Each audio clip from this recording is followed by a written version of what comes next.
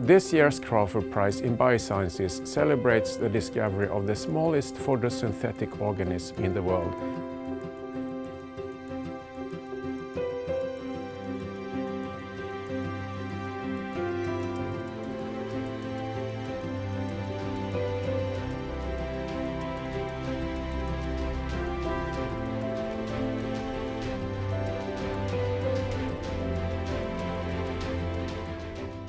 In the mid-1980s, Sallie Chisholm and her colleagues, they brought a new instrument, the flow cytometer, out on the oceans to directly study the microorganisms in the water.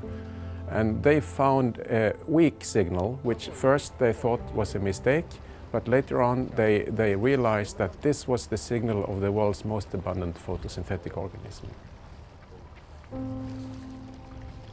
With this discovery, we now know a lot more about how the oceans work. We know the size distribution of where things happen.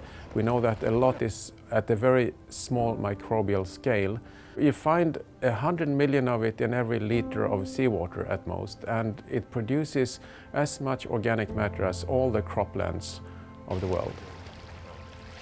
Imagine the forests of the north, the taiga throughout North America and Eurasia, or imagine the tropical forests of the Amazon. This organism covers even greater areas where it totally dominates the primary production of organic matter in the water. In addition, Sallie Chisholm also contributes to the solution to one of our time's biggest challenges, which is how to manage our seas in a sustainable way. So these little microscopic organisms carry out a heavy duty. They have a fantastically important role. And of course, the more we know about phytoplankton is very important for understanding the marine ecosystems, but also the balance of element fluxes on a global scale, including carbon, nitrogen and phosphorus fluxes that determines the productivity of aquatic environments, but also on land.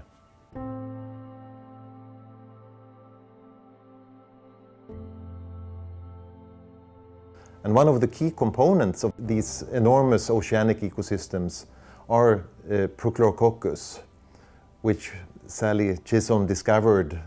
Prochlorococcus thrive and grow best in subtropical and tropical areas where the water temperatures are a bit elevated, and offshore, so away from the nutrient-rich coastal areas. So microscopic phytoplankton or algae are very small, and Prochlorococcus is invisible to the naked eye, and it's also difficult to see with a microscope. But I have some picture here that shows a drop of seawater. We can see crustaceans swimming around, eating phytoplankton and small single-cell organisms. These crustaceans are about 1/10 of a millimeter, and the cyanobacteria in this picture are the smallest dots that we can barely make out, that twinkle like stars in the sky.